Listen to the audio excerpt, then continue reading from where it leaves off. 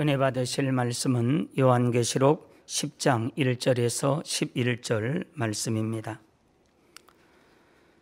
내가 또 보니 힘센 다른 천사가 구름을 입고 하늘에서 내려오는데 그 머리 위에 무지개가 있고 그 얼굴은 해 같고 그 발은 불기둥 같으며 그 손에 펴놓인 작은 책을 들고 그 오른발은 바다를 밟고 왼발은 땅을 밟고 사자에 부르짖는 것 같이 큰 소리로 외치니 외칠 때 7 우레가 그 소리를 발하더라.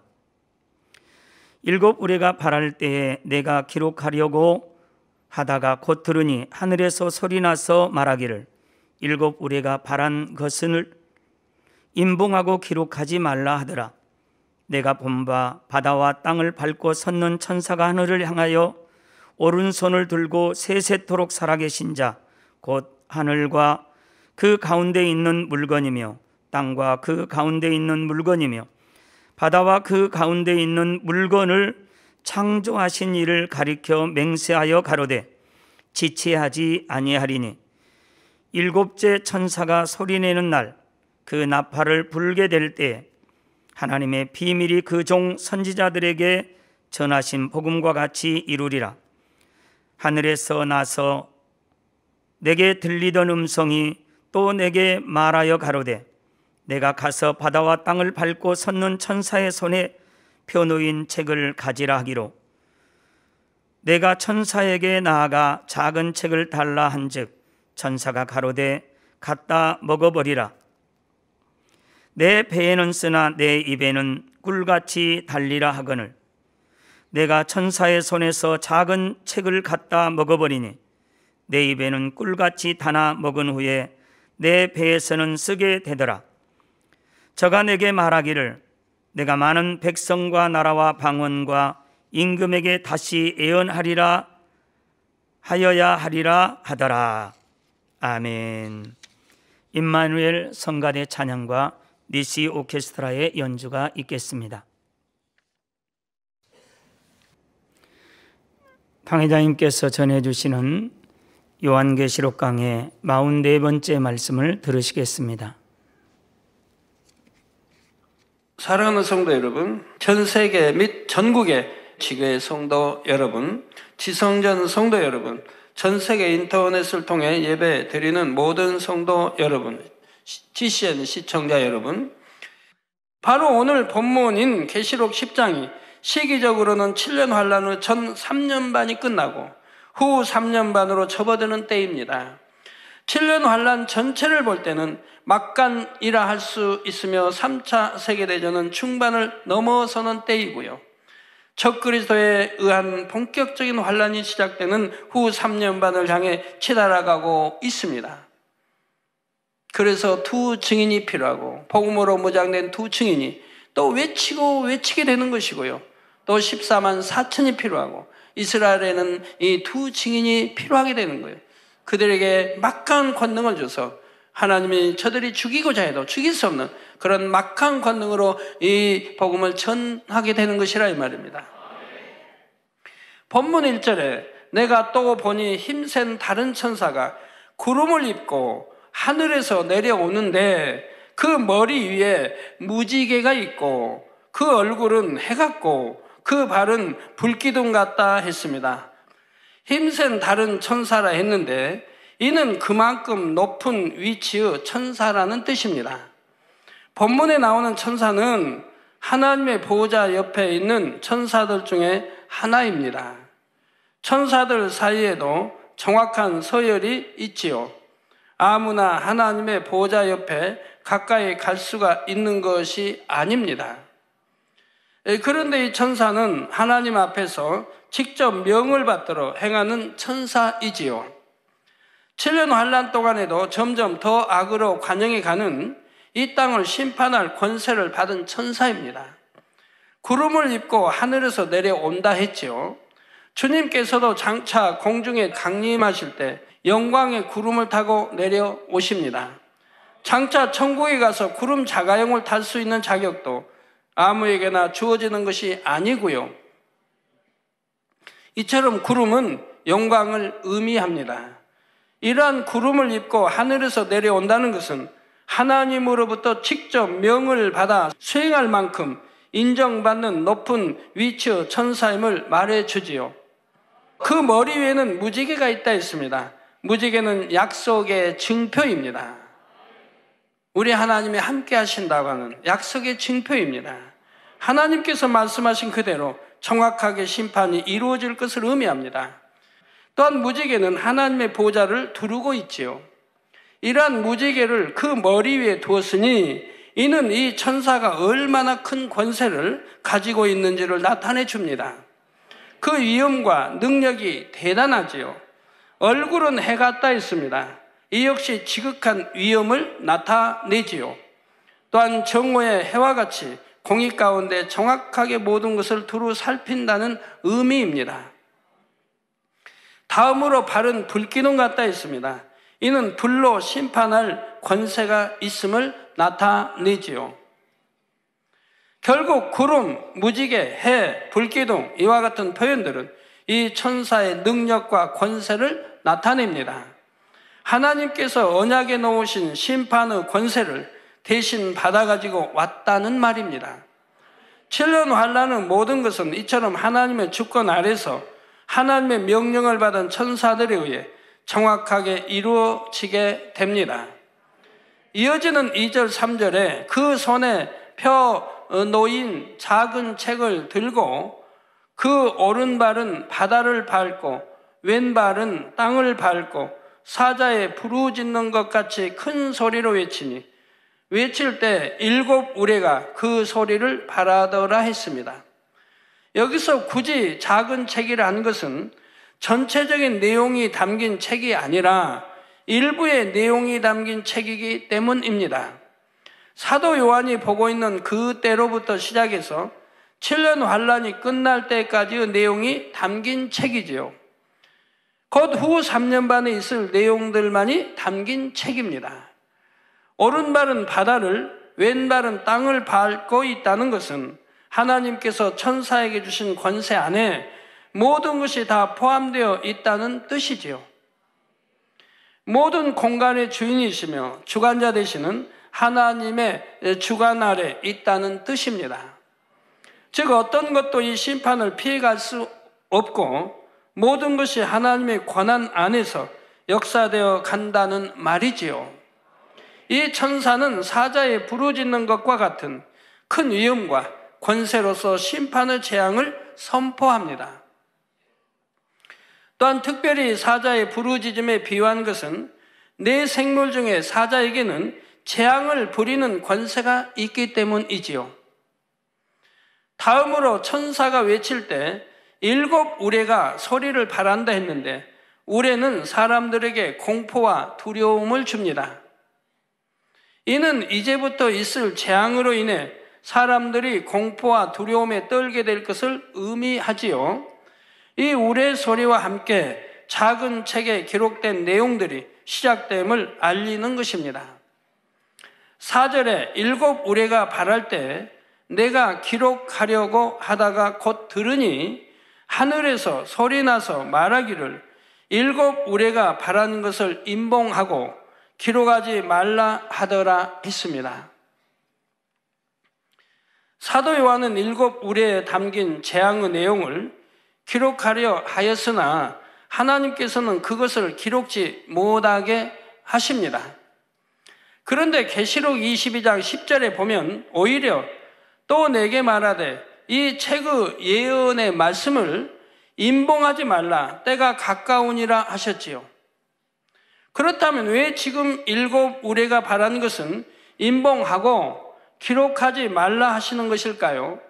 하나님의 뜻은 당연히 요한계시록의 말씀이 밝히 풀어져 선포되는 것입니다. 그래서 계시록 22장 19절에는 만일 누구든지 이 책의 예언의 말씀에서 제하여 버리면 하나님이 이 책에 기록된 생명나무와 및 거룩한 성에 참여함을 제하여 버리시리라 이렇게까지 말씀하고 계십니다. 누구든지 이 책의 예언의 말씀에서 제하여 버리면 안 된다 이 말입니다. 그리고 우리가 밝히 알아야 되고요. 하나님께서는 한 영혼이라도 더 깨어있는 신앙생활을 하다가 틀림받기를 원하시지요. 그런데 요한계시록은 세상 끝날에 있을 일을 기록해 놓은 책입니다. 따라서 그 내용이 풀어지는 시점이 매우 중요하지요. 주님의 재림이 가까워졌을 때 풀어져야 그 내용을 정확히 풀 수도 있고 가장 큰 효과를 낼 수도 있습니다. 또한 2000여 년 전에 계시록을 기록하면서 세상 끝날에 있을 일들에 대해 구체적으로 기록할 수 없는 내용들도 있지요. 모든 내용을 다 알려줄 수는 없는 것도 있습니다. 예수님을 통한 구원의 도가 만세전에 감춰진 비밀이었던 것과 같이 때로는 때가 이르기까지 감춰 놓아야 하는 내용도 있는 것입니다. 그래서 계시록 후 7년 환란에 대한 내용 중에도 하나님께서는 실체를 알려주셔야 할 것과 그러지 말아야 할 것이 있었습니다. 때가 되어 그 실체가 드러나기까지 굳이 드러낼 필요가 없는 것이 있지요. 자, 예를 들어 제가 지금 계시록 강의를 해가면서 때로는 여러 가지 위험과 부담을 감수하면서까지 계시록 내용을 풀고 있습니다. 그렇게 해서 한 영혼이라도 더 깨어나기를 간절히 바라는 마음에서 있지요. 그러나 만약 제가 100년 전의 사람이어서 계시록 내용을 풀었다면 이처럼 설명하는 것을 하나님께서 허락하지 않으셨을 것입니다. 설명해도 이해도 안 되겠고 아무도 믿으려고 안 하겠고 그때 그런 말 했다면 나는 돈 사람이 될 거라 이 말입니다. 정신 이상자가 될 것이고 그리고 100년 전, 200년 전에 만약에 계시를 풀어서 누가 했다고 하면 탱크가 뭔지도 모르고 비행기가 헬리콥터가 뭔지도 이름 자체도 없는 때인데 그런 게 뭐 해서 설명한다고 해봐요. 지금 계시록 설명한다고 해봐요. 그 사람은 돈 사람이 돼버리죠. 잘못 돌아버린 사람이 되는 거죠. 그렇지 않습니까? 이해가 되시죠? 그러니까 계시록은 풀어지는 때가 있는 것이라 이 말입니다. 또 알릴 때가 있는 것이라 이 말입니다. 그렇게 실체를 거론하며 설명한다 해도 믿을 사람이 거의 없었을 것이고 자칫 이단이니 잘못되었느니 이런 소리만 들었겠지요. 하지만 지금은 상황이 다릅니다. 실체를 거론하며 설명할 때 더 믿을 수가 있지요. 지금 눈앞에 펼쳐지고 있는 현실이기 때문입니다. 이는 수천 년 전에 기록된 계시록 말씀이 이처럼 정확하게 지금 현재 일어날 일들에 대해 예언해 놓았다는 사실을 증명하죠. 더군다나 이제 실제로 우리가 보이는 3차 대전 앞으로 쓰여질 이런 가공한 무기들이나 모든 것들이 우리가 다 본바요. 알고 있는 것이기 때문에 이 계시록을 풀어나간다고 하면 오히려 은혜가 되고 믿음이 될 수 있는 것이라 이 말입니다. 그래서 지금은 때인 것이라 이 말입니다. 사도 요한이 우레의 소리가 발할 때 들었던 내용을 굳이 기록하지 않도록 하신 이유도 마찬가지입니다. 미리 알려줘서 유익이 된다면 그렇게 하겠지만 그렇게 할 필요가 없지요. 어차피 때가 되면 그 실체들이 드러나고 모든 것을 알게 되기 때문입니다. 물론 실체를 언급하지 않았다 해도 깨어있는 사람들, 하나님과 교통하는 사람들은 이미 마음으로부터 느끼며 깨닫고 있습니다. 하지만 아무리 외치고 외쳐도 눈이 가려지고 귀가 가려진 사람들은 그것을 자신의 말씀으로 받으려 하지 않지요. 그래서 결국은 성경 말씀대로 흘러가는 것입니다. 7 우리에 담긴 내용이 무엇인지도 구체적으로 기록하지 않게 하신 것이고요. 그때 가면 모든 사람들이 눈앞에 펼쳐지는 현실의 상황들을 보면서 이것이 7 우레소리에 담긴 내용이었구나 하며 밝히 알게 됩니다. 그때 가서야 사람들은 모든 것을 깨달으며 적그리스도에 대해서도 알게 되지요. 그 전까지는 아무리 알려주고 깨우쳐 주려 해도 알지 못하고 깨닫지 못한다는 사실입니다. 물론 믿으려고 하지도 않게 되고요. 누가복음 8장 10절에 보면 예수님께서 가라사대 하나님 나라의 비밀을 아는 것이 너희에게는 허락되었으나 다른 사람에게는 비유로 하나니 이는 저희로 보아도 보지 못하고 들어도 깨닫지 못하게 하려 함이니라 말씀합니다. 예수님 당시에도 모든 사람들이 예수님에 대해 밝히 알아보고 구원에 이르렀으면 좋겠지만 그렇지가 않았습니다. 하나님 나라의 비밀에 대해 아는 것이 누구에게나 허락된 것이 아니었습니다. 그렇다고 어떤 특정한 사람에게만 알려줘서 그들만 구원받게 하신다는 뜻이 아닙니다. 예수님께서는 누구에게나 동일하게 알려주셔도 듣는 사람들 편에서 받지를 않는 것이지요.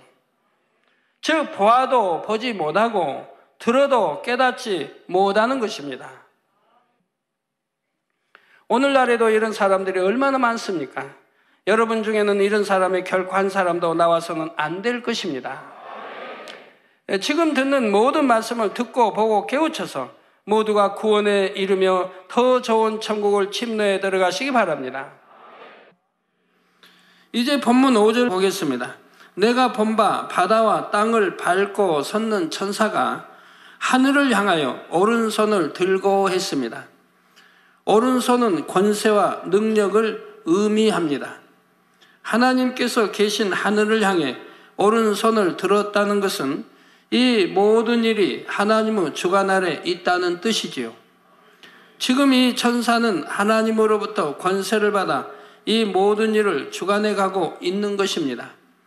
이어지는 6절, 7절에 세세토록 살아계신 자, 곧 하늘과 그 가운데 있는 물건이며 땅과 그 가운데 있는 물건이며 바다와 그 가운데 있는 물건을 창조하신 이를 가리켜 맹세하여 가로되 지체하지 아니하리니 일곱째 천사가 소리 내는 날 그 나팔을 불게 될 때 하나님의 비밀이 그 종 선지자들에게 전하신 복음과 같이 이루리라 했습니다. 이는 곧 모든 것이 이루어질 때가 되었으니 때에 맞춰 이루어지게 된다는 뜻입니다. 하나님께서는 모든 천하 만물을 지으셨지요. 그리고 그 천하 만물이 운행하는 모든 이치와 질서를 정하셨습니다. 한치의 오차도 없이 운행되는 것입니다. 만약 태양계 안에 있는 별들의 운행이 조금만 질서를 벗어난다 해도 지구에 엄청난 영향을 주게 되지요. 또한 지구 위에서 운행되는 모든 자연의 이치와 질서도 정확해야 합니다. 더 빨라도 안 되고 더 늦어도 안 되는 수많은 자연의 현상들이 오차 없이 돌아갑니다. 예를 들어 달의 높이가 지금에 있는 높이보다 더 높아도 안 되고 더 낮아도 안 되는 것입니다. 정확한 위치에 하나님 두셔서 민물, 썰물이 일어나게 하시고 맞춰서 거기에 바다가 요동하게 하시고 또 거기에서 수증기가 증발되고 바람이 일어나고 온도가 조절되고 모든 것을 하십니다. 더 높아도 안 되고 더 낮아도 안 되는 다 맞는 위치에다 달을 또 두신 거예요. 이런 거 하나까지도 저절로 우연이 아닙니다. 결코 그렇게 될 수는 없는 것입니다. 하나님이 얼마나 정확한 위치에다 달 하나만 해도 두셨는데요. 여러분이 한번 생각해 보세요. 지금 위치보다 달이 높다고 해봐요. 아니면 더 낮다고 해봐요. 이 밀물 썰물이 이대로 일어나지 않을 터인데 어찌 되겠습니까? 바다가 요동하지 않고 잠잠히 그대로만 있다고 생각해 보세요. 어찌 되겠습니까? 자, 인간 경작의 모든 역사도 마찬가지입니다. 하나님께서 공의 가운데 정하신 질서에 따라 인간 경작은 마지막 날까지 진행이 됩니다. 7년 환란이 오는 시점도 7년 환란 중에 각각의 재앙이 임하는 시점도 임의대로 정해지는 것이 아니지요. 공의의 법칙에 따라 정확한 시와 때를 맞추게 됩니다. 그러므로 지금 힘센 천사에 의해 선포되는 후 3년 반의 모든 재앙들도 정확한 시점에 맞춰 펼쳐지지요. 지체하지 아니한다 말씀하신 대로입니다. 후 3년 반의 시작을 알리는 신호가 바로 7째 천사가 부는 나팔 소리입니다. 6째 천사의 나팔 소리까지는 7년 환란 중에 전 3년 반의 환란이지요. 그렇다면 7째 천사의 나팔 소리와 함께 펼쳐지게 될 하나님의 비밀은 무엇일까요? 여기서 비밀이라 말씀하신 이유는 때가 되기까지는 감춰져 있어야 하기 때문입니다. 고린도전서 2장 7절에 보면 오직 비밀한 가운데 있는 하나님의 지혜를 말하는 것이니 곧 감추었던 것인데 하나님이 우리의 영광을 위해서, 저나 여러분의 영광을 위해서 만세전에 미리 정하신 것이라 했습니다. 만세전에 미리 정하신 감춰진 비밀, 그것이 오늘날은 다 드러나 있지 않습니까? 2000년 전부터 해서 이제 드러나게 됐습니다. 자, 인류의 구세주 되시는 예수 그리스도와 십자가 구원의 섭리에 대한 것을 하나님께서는 비밀로 감추어 두셨지요. 자, 물론 구세주 예수님에 대한 내용은 하나님의 종들을 통해 구약 곳곳에 이미 예언해 놓았습니다. 하지만 정작 그 안에 담긴 구원의 섭리는 비밀로 감추어 두신 것이지요. 대제사장도 몰랐고 제사장도 몰랐고, 때가 되어 십자가 구원의 섭리가 성취될 때 그 비밀이 드러난 것입니다. 이외에도 하나님의 사람들을 통해 성경에 기록해 놓은 하나님의 말씀은 지금까지 정확하게 성취되어 왔습니다. 앞으로 일어날 일들도 마찬가지입니다. 하나님께서는 7년 환란에 대한 것도 성경 곳곳에 기록하도록 역사하셨습니다. 물론 비밀로 감춰놓으신 것도 있지요. 분명히 성경에는 기록되어 있음에도 때가 되어 그 모든 일들이 현실로 드러나기까지는 사람들로 하여금 깨닫지 못하게 하신 것입니다. 하지만 모두에게 감춰놓으신 것은 아닙니다. 아모스 3장 7절에 주 여호와께서는 자기의 비밀을 그 종 선지자들에게 보이지 아니하시고는 결코 행하심이 없으시리라 하셨기 때문입니다. 따라서 하나님께서는 마지막에 있을 주님의 재림과 7년 환란, 천년 왕국 등에 대해서도 필요에 따라 반드시 알려주십니다. 합당한 하나님의 사람을 통해서 말입니다. 그런데 문제는 이처럼 알려주어도 그것을 믿느냐 믿지 않느냐는 듣는 사람 본인의 선택이라는 점이지요. 아무리 깊은 비밀을 알려주어도 정작 듣는 사람이 믿지 않으면 소용이 없습니다. 지금 증거되는 이 말씀도 수많은 사람들에게 전해질 것입니다. 그러나 이 말씀을 듣는 사람들 중에도 어떤 사람은 믿고 깨어나겠지만 어떤 사람은 믿지 않겠지요. 하지만 막상 이 말씀에 예언된 모든 일들이 자신들의 눈앞에 펼쳐지게 되면 그때는 많은 사람들이 믿을 것입니다. 그날을 위해 하나님께서는 우리가 휴거되고 난 후에 있을 이 모든 일들에 대해서까지 알려주시는 것이지요. 물론 그때 가서도 믿지 않는 사람은 있습니다. 그렇기 때문에 그들은 결국 멸망으로 갈 수밖에 없지요. 그렇다면 오늘 본문에 나오는 하나님의 비밀은 어떤 내용일까요? 적그리스도의 멸망과 그 이후에 도래할 천년 왕국에 대한 것입니다. 후 3년 반이 되면 적그리스도는 본격적으로 활동하게 되지요. 전 세계에 대한 절대적인 지배권을 가지고 이 세상을 주관해 갑니다. 믿는 사람들에 대한 핍박도 본격화되고요. 이 육의 세상의 힘을 규합하여 하나님을 대적하는 세력이 되는 것입니다. 그런데 계속될 것만 같았던 적그리스도의 세력도 결국 종말을 맞지요. 스스로가 무너질 수밖에 없는 여러 가지 불씨들을 가지고 있다 했습니다. 때가 되어 이러한 불씨들이 표면화되면서 적그리스도의 세력은 무너지고 맙니다. 그리고 천년왕국이 도래하지요. 이것은 여러분이 이미 계시록 강해를 통해 익히 알고 있는 내용들입니다.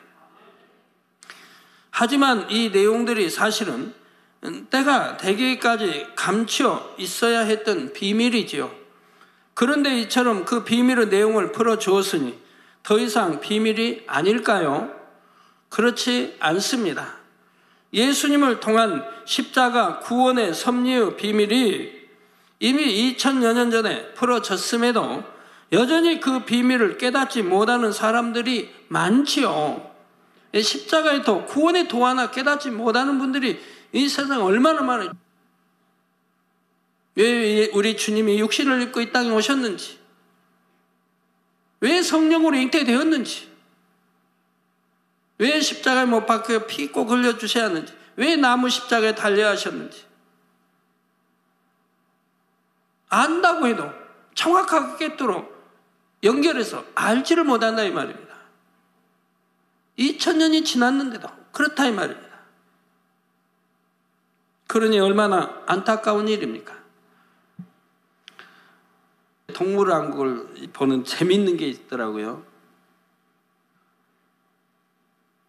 사자가 하이네하고 사자가 잡아놓은 이제 짐승을 사자가 먹으려고 하는데 하이네가 와서 한 마리가 와서 못 먹게 방해를 하는 거예요.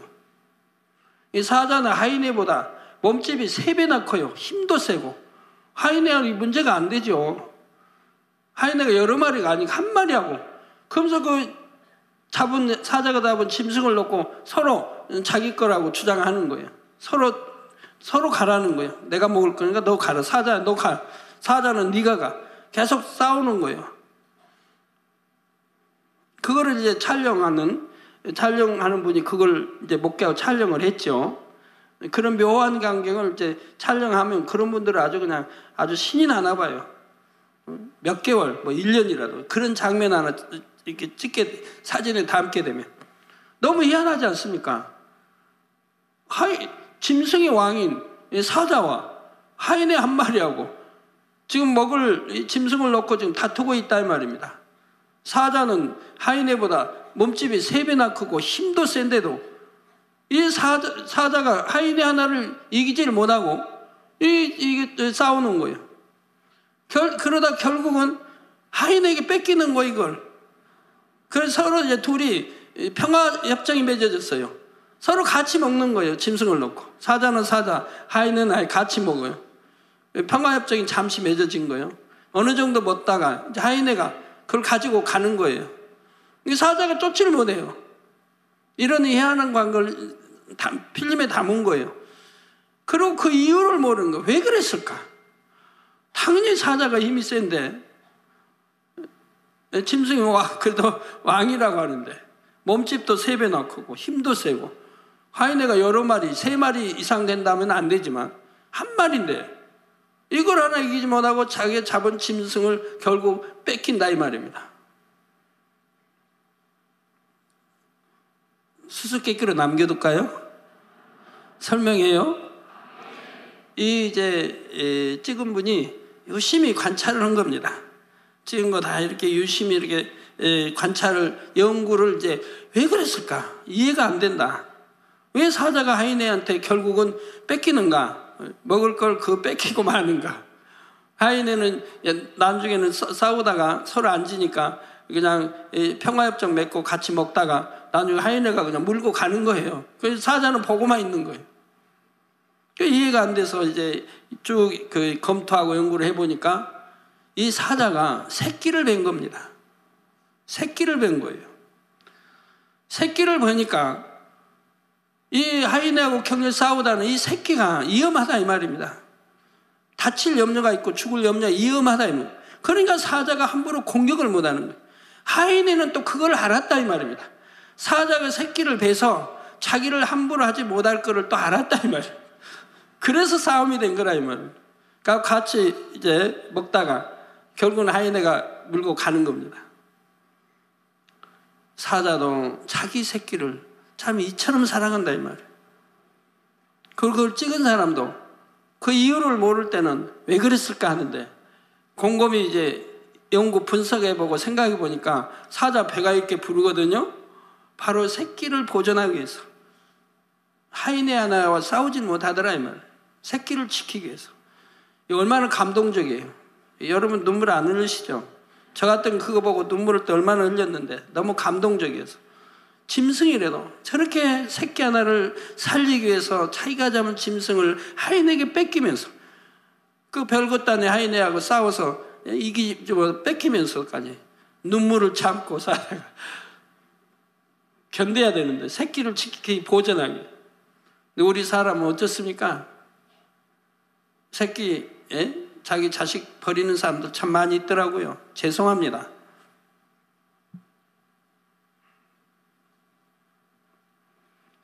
여러분, 이런 동물왕국보 봐도요, 은혜 받을 줄 알아야 돼요. 그냥 보기만 하면 뭐예요? 은혜 받고 감동함을 느낄 줄, 감동함도 입을 줄 알아야 되고, 하나하나 다 그래야 하는 거지. 그냥 뭐 보면 뭐 재밌어요? 재미로 보나요, 뭐? 감동함이 와야 재미도 있는 거지. 느끼는 게 있어야죠. 짐승의 사랑도 얼마나, 모든 것들이 자기 새끼들은 그렇게 사랑하고 생명을 다해 지키려고 하지 않습니까? 예, 여전히 그 비밀을 깨닫지 못하는 사람들이 많습니다. 적그리스도에 대한 비밀 역시 마찬가지입니다. 아무리 적그리스도에 대해 풀어주어도 정작 그들 자신은 깨닫지를 못하지요. 또한 적그리스도에 동조하게 될 수많은 사람들도 깨닫지를 못합니다. 만약 그들이 정말 이 비밀을 깨닫는다면 어찌 적그리스도와 함께 하겠습니까? 그런데 이처럼 적그리스도에 대해 풀어주어도 여전히 그들과 함께하는 사람들이 나옵니다. 아무리 예수 그리스도에 대해 전해도 전혀 듣지 않는 사람들처럼 말입니다.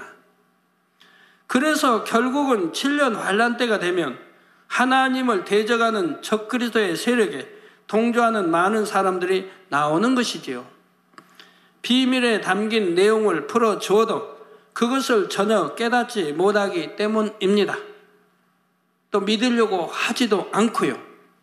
그러므로 여러분은 계시록 강의를 들을 영적인 귀가 열려 있음에 감사해야 됩니다. 여러분들은 믿고 또 얼마나 사모하고 이렇게 들으시려고 하지 않습니까?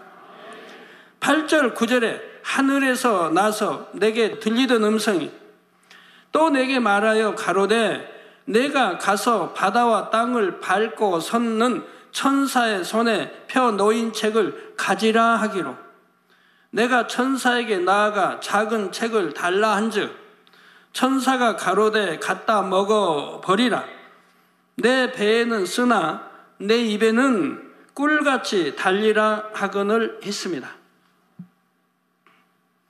하나님께서는 지금 사도 요한에게 7년 환란에 대해 적힌 책을 가지라 하십니다. 특별히 후 3년 반에 대한 내용이 담긴 책이지요. 사도 요한은 하나님과 교통하는 자로서 충분히 그 내용을 이해할 수 있게 지금 허락하고 계신 것입니다. 그렇지만 모두에게 허락된 것이 아니기에 사도 요한으로 하여금 그 책을 가져다가 먹어버리라 말씀하고 있지요. 사도 요한에게 많은 것을 알려주셨지만 어떤 것은 입을 다물어야 할 것이 있고 어떤 것은 흐름만 말해줘야 할 것도 있습니다. 또 어떤 사람에게는 알려줌으로 인해 오히려 시험에 들어 실족하는 경우가 있는가 하면 반면에 어떤 사람에게는 살짝만 알려줘도 그 안에서 많은 것을 깨닫는 경우도 있지요. 그러므로 사도 요한도 여러 계시를 받았지만 그 중에는 말할 것과 하지 말아야 할 것이 있었습니다. 그렇다면 왜 사도 요한은 작은 책을 먹었을 때 입에는 달지만 배에는 썼던 것일까요? 먼저 입에는 달다는 것은 하나님의 말씀이 깨달아질 때 느끼는 기쁨과 감사와 감격을 의미합니다. 예, 여러분도 하나님의 말씀을 들을 영적 귀가 열리게 되었을 때 어떠했나요? 시편 119편 103절과 같은 고백이 저절로 나왔을 것입니다. 주의 말씀의 맛이 내게 어찌 그리 단지요 내 입에 꿀보다 더하니이다. 또한 시편 19편 10절과 같이 금 곧 많은 정금보다 더 사모할 것이며 꿀과 송이꿀보다 더 달도다 고백했지요. 더욱이 깊은 영의 말씀이 깨우쳐지고 비밀한 계시의 내용들을 듣게 될 때 며칠을 밤낮으로 들어도 전혀 피곤치 않고요. 그런데 이렇게 입에 달게 먹은 하나님의 말씀이 온전히 여러분의 것이 되려면 그것을 소화시키는 과정이 필요합니다. 아무리 하나님의 말씀이 달게 느껴져도 그것을 듣고 지식으로만 싸우면 아무 소용이 없지요. 하나님의 말씀을 영으로 양식 삼아야 합니다. 마음의 영으로 읽어야 하지요. 그렇게 하면 반드시 영으로 읽어진 것이 행함으로도 나타나게 되어 있습니다. 이것이 곧 영적인 믿음이며 행함이 있는 산 믿음이지요. 이렇게 되기까지 마음의 영으로 읽으려면 인내와 고통의 시간이 따르게 됩니다. 내 안에 있는 육을 벗어내고 영으로 읽기 위해서는 연단이 따르기 때문이죠. 이 과정을 가리켜 배에는 쓰다는 것입니다.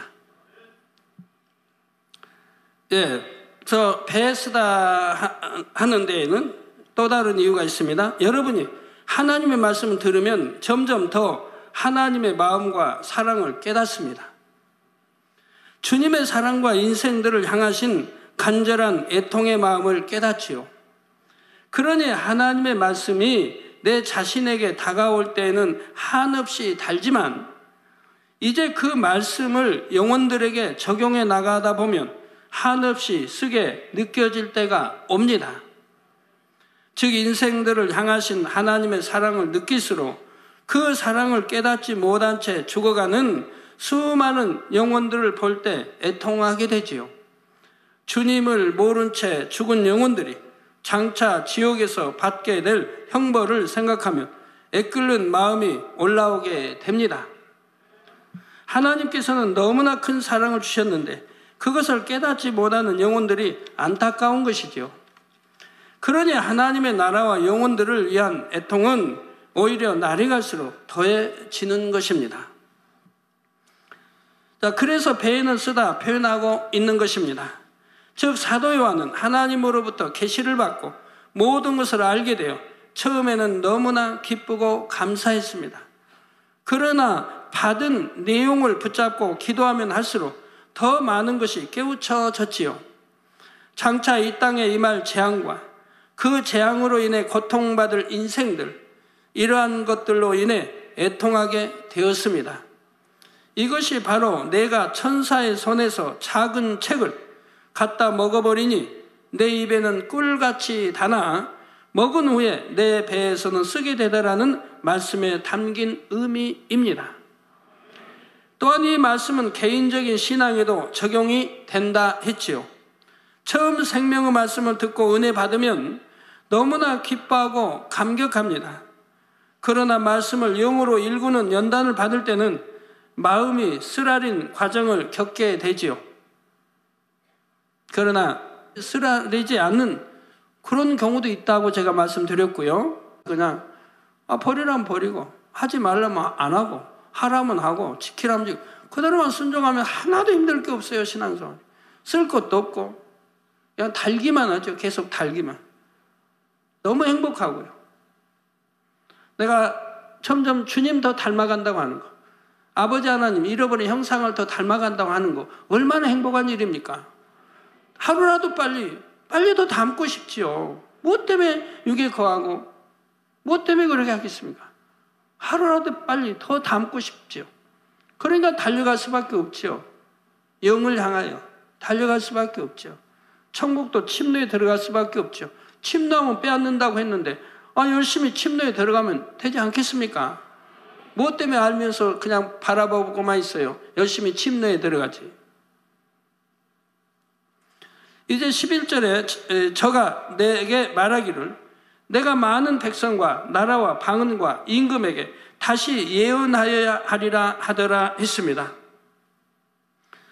사도 요한의 사명은 여기서 끝이 아니라 이제 이후로도 보여주시고 알려주시는 내용을 다시 전해야 합니다. 한 영혼이라도 더 듣고 깨우쳐서 구원에 이르는 것이 하나님의 뜻이지요. 그래서 하나님께서는 어떻게든 하나님의 사람들을 통해 끝까지 이 비밀한 말씀들을 선포하게 하십니다. 설령 이 비밀을 깨닫지 못하는 사람이 여전히 많다 하더라도 하나님께서는 공의 가운데 최선을 다 하시는 것입니다. 이제 다음 시간부터는 두 증인에 대해 증거하겠습니다. 결론을 말씀드립니다. 사랑하는 성도 여러분, 사도 요한은 지금 하나님의 주관하심에 따라 자신이 말해야 할 것과 그러지 말아야 할 것을 정확히 구분하고 있습니다. 자신의 느낌이나 감정에 따라 생각을 동원하지 않았지요. 육신의 생각이나 사심이 있는 사람은 자기 생각 가운데 보태거나 뺄 수가 있습니다. 계시를 받는다, 예언을 한다 하는 사람들 중에 이처럼 육신의 생각과 사심으로 인해 생각을 동원하는 경우들이 있지요. 설령 하나님께서 어떤 것을 알려주셨을 때도 영으로 일구어지지 않은 가운데 마음에 절제하지 못하니 문제가 생깁니다. 자, 해야 할 말과 하지 말아야 할 말을 주관받지 못하기 때문입니다. 그러므로 하나님께서는 아무에게나 비밀한 말씀을 알려주시지 않습니다. 육신의 생각이 없고 사심이 없으며 그만큼 마음을 영으로 이룬 사람에게 역사하십니다. 그런데 이러한 원리는 꼭 하나님과 교통하는 사람에게만 해당하는 것이 아니지요. 윗사람의 말을 전할 때나 아니면 동료 간의 말을 전할 때도 모든 경우에 동일하게 적용됩니다. 내 마음에 사심이 있고 육신의 생각이 있으면 들은 말을 정확히 전할 수 없습니다. 자기 유익이나 생각에 따라 임의대로 변질시켜 버리죠. 저 마음에 사심이 있고 육신의 생각이 있으면 들은 말을 정확히 전할 수가 없고 자기 유익이나 생각에 따라 임의대로 변질시켜 버리고 또 자기 좋게 해석해서 전하는 경우도 있고요. 또한 전해야 할 말과 그러지 말아야 할 말을 구분할 수도 없습니다. 전하지 말아야 할 말을 엉뚱하게 전하기도 하고 꼭 전해야 할 말을 빠뜨리기도 하지요. 또한 입에 달 때는 금방 받아먹지만 이내 쓰게 느껴지면 뱉어 버리기도 합니다. 자기가 좋아서 아멘 해놓고는 나중에 힘들어지면 핑계나 이유를 대지요. 배에 쓰게 느껴지는 과정을 이기지 못하여 다시 뱉어내는 사람도 있고요. 하나님의 말씀을 영으로 일구지 못한 채 여전히 지식으로만 가지고 있는 것입니다. 이러한 것을 잘 깨달아서 신속히 육신의 생각과 사심을 버리시기 바랍니다.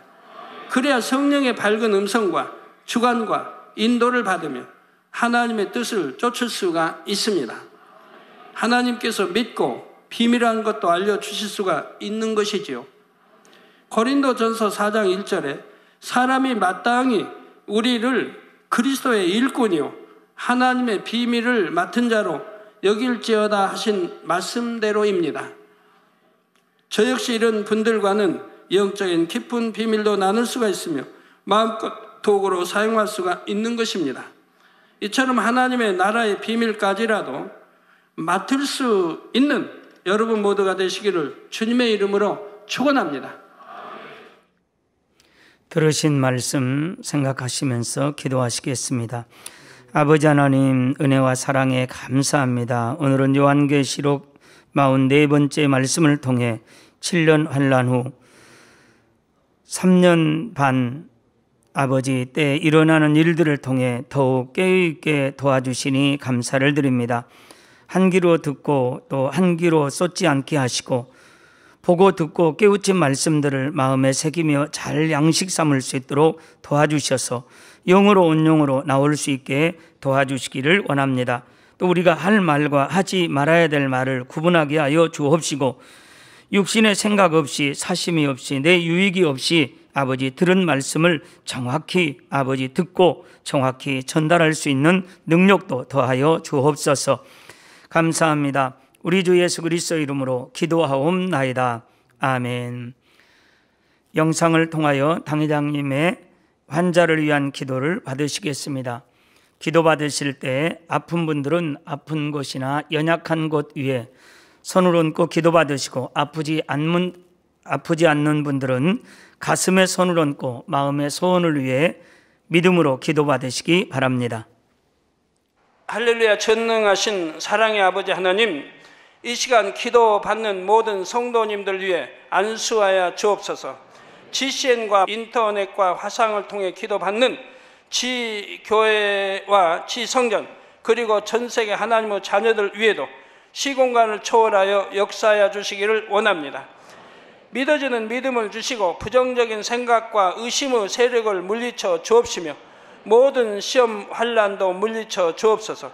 머리부터 발끝까지 오장육부 뼈 마디마디 온몸의 신경 조직 세포 등 아픈 곳마다 성령의 불로 태우시고 근본의 빛으로 역사하여 주옵소서. 예수 그리스도의 이름으로 명하노니 원수마귀 사단 모든 질병 균 연약함아 물러가라. 빛이 여임하라. 모든 불치 난치병도 성령의 불로 태워 깨끗하게 역사하여 주옵소서. 말라리아를 비롯한 모든 풍토병도 물리쳐 주옵소서. 감기, 기침, 열, 몸살, 독감 등 각종 유행성 질병도 다 물러가라. 어떠한 유행성 질병 균도 틈타지 않게 지켜 주옵소서. 위암, 폐암, 간암, 유방암, 자궁암, 대장암, 피부암 등 각종 암과 에이즈, 백혈병, 뇌졸중, 고혈압, 저혈압, 심장병, 폐병, 위장병, 당뇨, 부인병, 피부병, 갑상선 질환과 모든 염증도 깨끗게 하여 주옵소서. 소아마비, 중풍, 관절염, 디스크도 온전케 하여 주옵소서. 요통, 두통, 신경통을 비롯한 모든 통증은 사라질지어다. 간질, 자폐증, 우울증, 조울증, 노이로제 등 모든 정신질환도 물러가라. 모든 마비된 것도 풀어지고 일어나 걷고 뛸지어다. 눈도 잘 보이게 하옵시고 귀도 잘 들리게 하여 주옵소서. 소경은 눈을 뜨고 기머거리는 들으며 벙어리는 말할지어다. 각종 사고, 후유증도 깨끗게 하시고 부러진 뼈도 붙여 주옵소서. 화상 입은 것도 온전케 하옵소서. 화기야 물러가라. 열도 물러가라. 아버지 흉터도 나지 않게 역사해 주시기를 원합니다. 마약을 비롯하여 각종 약물과 독극물 중독도 깨끗함을 입을지어다. 죽은 신경과 세포가 살아나며 죽은 자도 살아나게 하여 주옵소서. 잉태의 축복도 주시기를 원합니다. 잉태 축복을 받으라. 예수 그리스도의 이름으로 명하노니 원수마귀 사단아 하늘 공중 곳에 잡은 악의 영들아 물러가라. 그의 사자들도 물러갈지니라. 이 땅의 악한 영, 더러운 영, 거짓되고 간사한 영, 이간질하고 미혹하는 모든 어둠들은 물러가라. 모든 흉악의 결박을 풀고 어둠아 물러가라. 빛이 여임하라. 아버지 하나님, 부르짖어 기도할 수 있는 능력을 주시고 죄를 버리고 성결될 수 있는 능력을 주옵소서. 영혼이 잘됨같이 범사에 잘되게 하시고 가정의 복음화도 이루어 주시기를 원합니다. 한 주간도 모든 사고와 재앙으로부터 지켜주시고 불통이 없는 형통한 삶을 살 수 있도록 축복해 주옵소서. 성령의 불담으로 천군 천사와 주님의 불꽃 같은 눈동자로 모든 하나님의 자녀들과 가정, 일터, 사업터를 지켜주시기를 원합니다. 학생들에게 지와 명철을 더하시고 공부도 할 수 있는 뜨거운 마음과 열정도 더하여 주옵소서. 마음과 생각을 세상에 빼앗기지 않도록 지키시고 하나님을 뜨겁게 사랑하는 학생들로 축복하여 주옵소서.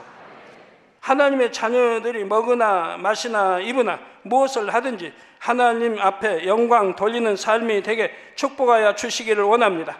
나는 하나님을 만났노라, 체험했노라, 응답 받았노라, 축복 받았노라, 간증하는 입술이 되게 역사하여 주옵소서. 아버지 하나님 감사합니다. 홀로 영광 받으옵소서. 우리 주 예수 그리스도의 이름으로 기도하옵나이다. 아멘. 찬송.